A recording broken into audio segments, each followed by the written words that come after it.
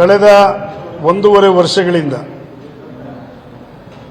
ಪಕ್ಷದ ಶಾಸಕರಾಗಿ, ಕೇಂದ್ರದ ಮಾಜಿ ಸಚಿವರಾಗಿ, ಸಂಸದರಾಗಿ ಕೆಲಸ ಮಾಡಿದಂಥ ಬಸವನಗೌಡ ಪಾಟೀಲ್ ಯತ್ನಾಳ್ರವರು ಪಕ್ಷದ ನಾಯಕರ ವಿರುದ್ಧವಾಗಿ ಅಶಿಸ್ತಿನಿಂದ ವರ್ತಿಸುವಂಥದ್ದು, ಅವರ ವಿರುದ್ಧವಾಗಿ ಹೇಳಿಕೆಗಳನ್ನು ಕೊಡ್ತಕ್ಕಂಥದ್ದು, ಪಕ್ಷಕ್ಕೆ ಮುಜುಗರ ಆಗೋ ರೀತಿಯಲ್ಲಿ ಹೇಳಿಕೆಗಳನ್ನು ಬಿಡುಗಡೆ ಮಾಡ್ತಕ್ಕಂಥದ್ದು ಸುಮಾರು ವರ್ಷಗಳಿಂದ ಇವರು ಮಾಡ್ಕೊಂಡು ಬಂದರು.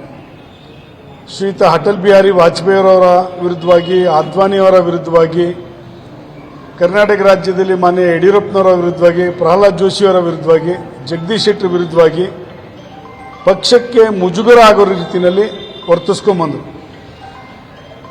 3 ಬಾರಿ ಅವರಿಗೆ ಶಿಸ್ತು ಸಮಿತಿ, ಕೇಂದ್ರ ಶಿಸ್ತು ಸಮಿತಿ ನೋಟಿಸನ್ನು ಸಹ ಕೊಡ್ತು. ಎಲ್ಲ ಒಂದು ಕಡೆ ಅವರು ಸುಧಾರಣೆ ಬರ್ತಾರೆ, ತಮ್ಮ ತಪ್ಪನ್ನು ತಿದ್ದುಕೊಳ್ತಾರೆ ಅನ್ನತಕ್ಕಂಥದ್ದನ್ನು ನಾವು ಕಂಡ್ವಿ. ಆದರೆ ತಪ್ಪನ್ನು ತಿದ್ದುಕೊಳ್ಳಲಿಲ್ಲ. ಇವತ್ತು ಕೇಂದ್ರದ ಶಿಸ್ತು ಸಮಿತಿ ಮಾನ್ಯ ಶ್ರೀ ಬಸವನಗೌಡ ಪಾಟೀಲ್ ಯತ್ನಾಳ್ರವರನ್ನ 6 ವರ್ಷಗಳ ಕಾಲ ಉಚ್ಚಾಟನೆಯನ್ನು ಮಾಡಿದೆ. ಇದು ಶಿಸ್ತು ಸಮಿತಿ ಮತ್ತು ಪಕ್ಷ ತೆಗೆದುಕೊಂಡಿರ್ತಕ್ಕಂಥ ತೀರ್ಮಾನ. ಈಗಾಗಲೇ ಅವರಿಗೆ ಇದು 2ನೇ ಬಾರಿ ಅವ್ರನ್ನ ಉಚ್ಚಾಟನೆ ಮಾಡ್ತಾ ಇರ್ತಕ್ಕಂಥದ್ದು. ಫಸ್ಟ್ ಉಚ್ಚಾಟನೆ ಮಾಡಿದಾಗ ಮಾನ್ಯ ಶ್ರೀ ಯಡಿಯೂರಪ್ಪನವರನ್ನ ಉಚ್ಚಾಟನೆಯನ್ನು ರದ್ದು ಮಾಡಿ ನಮ್ಮ ಪಕ್ಷದ ಅಧಿಕೃತ ಕ್ಯಾಂಡಿಡೇಟ್ ವಿರುದ್ಧವಾಗಿ ಇಂಡಿಪೆಂಡೆಂಟ್ ಆಗಿ MLC ನಿಂತುಕೊಂಡು MLC ಆಗಿದ್ರು. ಆದರೂ ಸಹ ಯಡಿಯೂರಪ್ಪನವ್ರನ್ನ ಕರೆದು ಸುಧಾರಣೆ ಆಗ್ತಾರೆ ಅಂತೇಳಿ ಅವ್ರಿಗೆ MLAಗೆ ಟಿಕೆಟನ್ನು ಸಹ ಕೊಟ್ಟಿದ್ರು. ಆದರೂ ಸಹ ಅವರು ಸುಧಾರಣೆಗೆ ಬರಲಿಲ್ಲ, ಟೀಕೆ ಮಾಡಿಕೊಂಡೇ ಬರ್ತಾಯಿದ್ರು. ಇವತ್ತು ಕಳೆದ 1.5 ವರ್ಷದಿಂದ ಪಕ್ಷ ಇವರ ನಡವಳಿಕೆಗಳನ್ನು, ಇವರ ಹೇಳಿಕೆಗಳನ್ನು ಗಂಭೀರವಾಗಿ ಪರಿಗಣಿಸಿ ಇವತ್ತು 6 ವರ್ಷಗಳ ಕಾಲ ಉಚ್ಚಾಟನೆಯನ್ನು ಮಾಡಿದೆ. ಈ ಉಚ್ಚಾಟನೆ ಮಾಡಿರ್ತಕ್ಕಂಥ ಶಿಸ್ತು ಸಮಿತಿ ತೆಗೆದುಕೊಂಡಿರ್ತಕ್ಕಂಥ ತೀರ್ಮಾನವನ್ನು ಕರ್ನಾಟಕ ರಾಜ್ಯ ಭಾರತೀಯ ಜನತಾ ಪಾರ್ಟಿ ನಾವು ಸ್ವಾಗತವನ್ನು ಮಾಡ್ತೀವಿ. ಈ ರೀತಿ ಪಕ್ಷದ ವಿರುದ್ಧವಾಗಿ ಅಶಿಸ್ತಿನಿಂದ ನಡ್ಕೊಳ್ಳುವಂಥವ್ರಿಗೆ ಇದೊಂದು ಎಚ್ಚರಿಕೆಯ ಮಾತು ಅನ್ನುವಂಥದ್ದು ನಾವು ತಿಳ್ಕೋಬೇಕಾಗ್ತದೆ. ಸರ್, ಇವರು ಮಾತ್ರ ಅಲ್ಲ, ರಮೇಶ್ ಜಾರಕಿಹೊಳಿ ಅವರು ಸಹಿತ ಮಾತಾಡಿದ್ದಾರೆ. ವಿಜೇಂದ್ರ ವಿರೋಧ ಪಡಿಸಿದ್ದಾರೆ. ಇವ್ರ ಮೇಲೆ ಮಾತ್ರ ಯಾಕೆ ಇಲ್ಲ?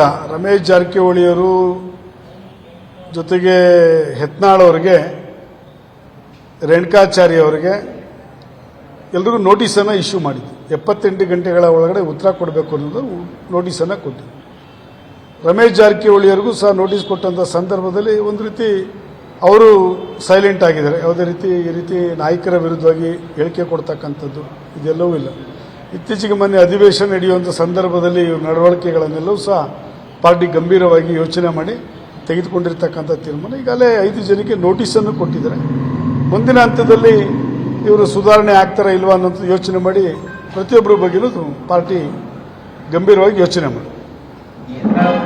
ಉಚ್ಚಾಟನೆ ಯಾವ ರೀತಿ ಇಂಪ್ಯಾಕ್ಟ್ ಆಗುತ್ತೆ ಪಕ್ಷದ ಮೇಲೆ, ಮತ್ತೆ ಈ ಬಣಗಾರಿಕೆ, ಗುಂಪುಗಾರಿಕೆ, ಪ್ರತ್ಯೇಕ ಚಟುವಟಿಕೆ, ಆ ಥರದ್ದು ಯಾವುದೇ ರೀತಿ ಪಕ್ಷದ ಮೇಲೆ ಇಂಪ್ಯಾಕ್ಟ್ ಆಗುತ್ತೆ ಅನ್ನೋಂಥದ್ದೇನಿಲ್ಲ. ಇವರು ಲೋಕಸಭೆ ಚುನಾವಣೆಗಿನ ಮುಂಚೆನೂ ಈ ರೀತಿ ಪಕ್ಷದ ವಿರುದ್ಧವಾಗಿ ಹೇಳಿಕೆಗಳನ್ನು ಕೊಡ್ತಾಯಿದ್ರು. ಅಸೆಂಬ್ಲಿ ಚುನಾವಣೆ ಸಂದರ್ಭದಲ್ಲೂ ಇದೇ ರೀತಿ ಹೇಳಿಕೆಗಳನ್ನು ಕೊಡ್ತಾಯಿದ್ರು. ಅದರಿಂದ ಏನು ನಮ್ಮ ಪಾರ್ಟಿಗೆ ಯಾವುದೇ ರೀತಿ ಹಿನ್ನಡೆ ಆಗಲಿ ಮುನ್ನಡೆ ಆಗಲಿ ಅನ್ನೋಂಥದ್ದು ಏನಿರಲಿಲ್ಲ. ಆದರೆ ಇದೊಂದು ಕಳೆದ 1.5 ವರ್ಷದಿಂದ ಇವರ ನಡವಳಿಕೆಗಳನ್ನು ಗಂಭೀರವಾಗಿ ಪರಿಗಣಿಸಿ ಇವತ್ತು ಉಚ್ಚಾಟನೆ ಮಾಡಿದೆ. ಈ ಉಚ್ಚಾಟನೆಯಿಂದ ಪಾರ್ಟಿಗೆ ಯಾವುದೇ ರೀತಿ ವ್ಯತಿರಿಕ್ತ ಪರಿಣಾಮ ಬೀರುವಂಥದ್ದು ಅದು ಯಾವುದೂ ಸಲ ಆಗೋದಿಲ್ಲ. ಯಾಕೆಂದರೆ ಈ ಹಿಂದೆ ಒಂದ್ಸಲ ಉಚ್ಚಾಟನೆ ಪ್ರಹ್ಲಾದ್ ಜೋಶಿಯರ ಅಧ್ಯಕ್ಷರಾಗಿದ್ದಾಗ, ಜಗದೀಶ್ ಶೆಟ್ಟರ್ ಇದ್ದಾಗೂ ಸಹ ಇವರನ್ನ ಉಚ್ಚಾಟನೆ ಮಾಡಿದ್ದು. ಯಡಿಯೂರಪ್ಪನವರ ಉಚ್ಚಾಟನೆಯನ್ನು ರದ್ದು ಮಾಡಿ ತೆಗೆದುಕೊಂಡು ಪಾರ್ಟಿಗೆ ತಗೊಂಡಿದ್ರು ಸಹ ಸುಧಾರಣೆ ಕಾಣಲಿಲ್ಲ. ಇವತ್ತು ಉಚ್ಚಾಟನೆ ಮಾಡಿದರೆ ಈ ಉಚ್ಚಾಟನೆಯಿಂದ ಪಾರ್ಟಿಗೆ ಯಾವುದೇ ರೀತಿ ಡ್ಯಾಮೇಜ್ ಆಗುವಂಥದ್ದಾಗಲಿ ಅಥವಾ ಎಫೆಕ್ಟ್ ಆಗುವಂಥದ್ದು ಯಾವುದೂ ಇಲ್ಲ. ಯಾಕಂದರೆ ಯತ್ನಾಳ್ ಅವರ ಒಬ್ಬರೇ ಅಲ್ಲ, ಈಗ ಅವರು ಟೀಮ್ ಮಾಡಿಕೊಂಡು ರಾಜ್ಯಾಧ್ಯಕ್ಷರ ಬದಲಾವಣೆಗೆ ಹೋರಾಟವನ್ನು ಮಾಡ್ತಾ ಇದ್ದಾರೆ. ಈಗ ಅವ್ರು ಮಾತ್ರ ಉಚ್ಚಾಟನೆ ಆಗಿದೆ, ಉಳಿದಂಥ ಟೀಮ್ ಆಗೇ ಇದೆ, ಅವ್ರ ಬೇಡಿಕೆಗಳು ಆಗಿರೋದು, ಹೋರಾಟ ಆಗಿರೋದು ಅಲ್ಲ. ಇದು ತಲೈವರ ಮೇಲೆ ಒಬ್ಬರ ಮೇಲೆ ಆಕ್ಷನ್ ತೊಗೊಂಡ್ರೆ ಬಾಕಿರೆಲ್ಲ ಅದನ್ನು ಅರ್ಥಕೊಳ್ತಾರೆ ಅಂತ ನಾವು ತಿಳ್ಕೊಂಡಿದ್ವಿ. ರಾಜಕೀಯ ಪಕ್ಷದಲ್ಲಿ ಕೆಲಸ ಮಾಡುವಾಗ ಶಿಸ್ತು ಸಮಿತಿ ತೆಗೆದುಕೊಳ್ತಕ್ಕಂಥ ಒಬ್ಬರ ಮೇಲೆ ತೆಗೆದುಕೊಳ್ಳತಕ್ಕಂಥ ತೀರ್ಮಾನವನ್ನು ಬಾಕಿಯವರು ಅದನ್ನು ಫಾಲೋ ಮಾಡ್ತಾರೆ ಅಂತ ನಾವು ತಿಳ್ಕೊಂಡಿದ್ವಿ.